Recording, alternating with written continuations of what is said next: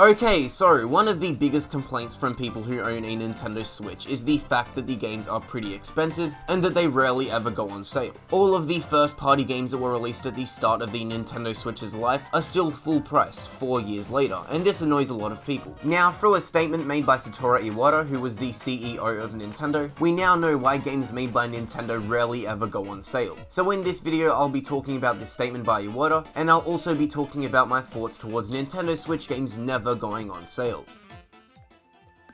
Alright, so back in 2019, a book titled Ask Iwata was released in tribute of Satoru Iwata, and until earlier this year, this book was not available in English. But now us people that communicate through the English language can read everything in the book, as it was published in English. In the book, Satoru Iwata is quoted as having said, "After a piece of hardware is released, the price is gradually reduced for 5 years until demand has run its course. But since the demand cycle never fails, why bother reducing the price this way? My personal take on the situation is that if you lower the price over time, the manufacturer is conditioning the customer to wait for a better deal, something I've always thought to be a strange approach. Of course, this doesn't mean that I'm against lowering prices entirely, but I've always wanted to avoid a situation where the first people to step up and support us feel punished for paying top dollar, grumbling, 'I guess this is the price I pay for being first in line.' Now, Iwata is basically saying that seeing as though the demand for Nintendo games never significantly drops, that there is no need to drop the price. He then says if Nintendo were to lower the prices of their games after a certain period of time, that it would basically just train customers to wait for a game to become older so that they can buy the game for a cheaper price. He then says that by lowering the price of a game after a certain period of time, that it would be unfair to the people who buy the game first. So, according to Iwata, the reason that Nintendo games do not go on sale is because people are buying Nintendo games at full price, so there is no good reason for them to go on sale.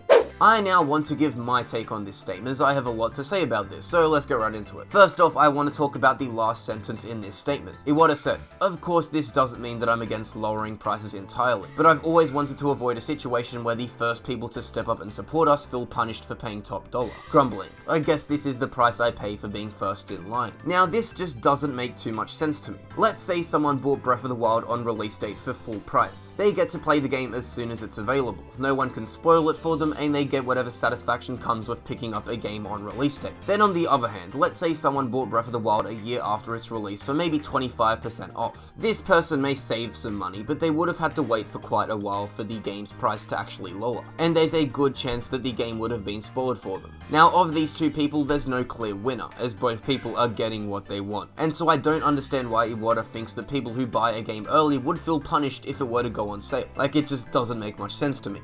Next up, I want to talk about the middle part of Iwata's statement. This part of the statement reads as, "My personal take on the situation is that if you lower the price over time, the manufacturer is conditioning the customer to wait for a better deal, something I've always thought to be a strange approach. The perfect example of a manufacturer conditioning the customer to wait for a better deal is Ubisoft. Literally every single game that Ubisoft published, whether it be a game from the Assassin's Creed franchise or a standalone game like Immortals Fenyx Rising, they always go on sale so quickly after they release, so there is essentially no point in buying a game published by Ubisoft on the day it releases, as you may as well just wait a few months and get 50% off. And this is what Iwata wanted to avoid.